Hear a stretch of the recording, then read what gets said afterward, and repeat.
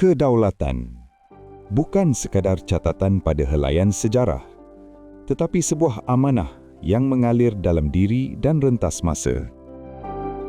Ia adalah sebuah hikayat tentang jati diri dan maruah yang dipelihara dengan penuh kemuliaan di bawah payung naungan Kesultanan Selangor. Hari ini, segalanya kembali bernafas, menceritakan sebuah perjalanan yang membawa pelbagai usaha dan pengorbanan.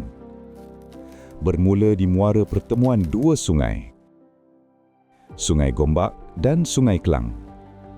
Tersimpan 1000 makna, mengalirkan berjuta harapan. Di sinilah Sultan Sir Abdul Samad, seorang pemerintah yang memandang jauh ke hadapan, menenun hamparan kedaulatan yang tiada galang ganti. Ledakan bijih timah mengalirkan harapan baharu, menghubungkan Selangor dengan dunia luar. Biarpun diuji badai konflik dan musibah kebakaran serta banjir besar, kedaulatan baginda tetap utuh menaungi bumi ini.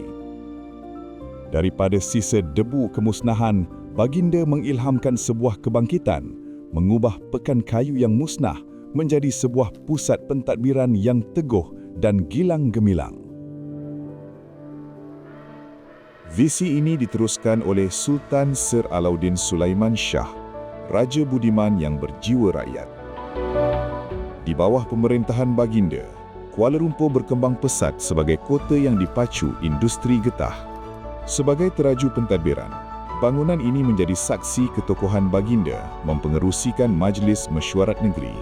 Melalui kalam kebijaksanaan baginda, dasar-dasar kemakmuran dirangka, mengubah wajah medan pasar dan membangunkan kampung baru demi kesejahteraan rakyat.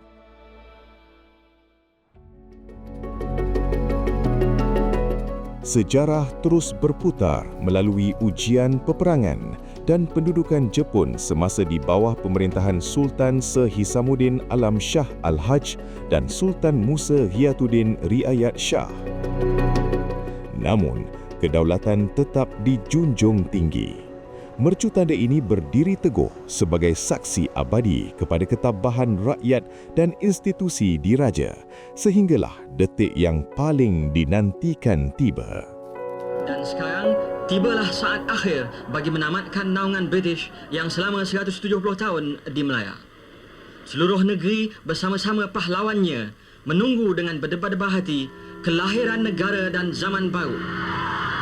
Di harapan bangunan ini, kalimah merdeka dijulang tinggi pada tahun 1957, menandakan bermulanya sebuah takhta yang mutlak bagi sebuah negara yang bebas merdeka.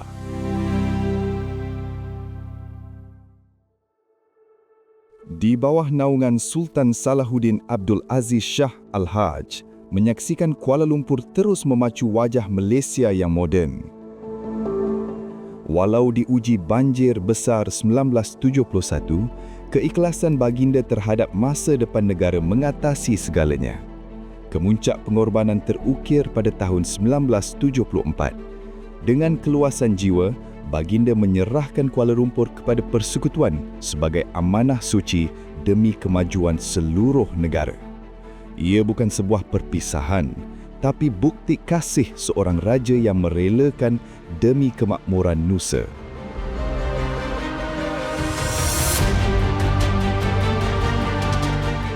Hari ini, kita berdiri bersama, merentasi zaman. Keamanan dan keharmonian yang kita kecapi adalah warisan luhur yang dijaga bersama dengan titah dan restu Kesultanan Selangor. Kuala Lumpur kini teguh sebagai nadi sebuah negara yang kita banggakan, sebuah watan yang selamat, makmur dan berdaulat. Inilah naskah warisan yang merentas zaman. Inilah Kota Sejuta Rahmat.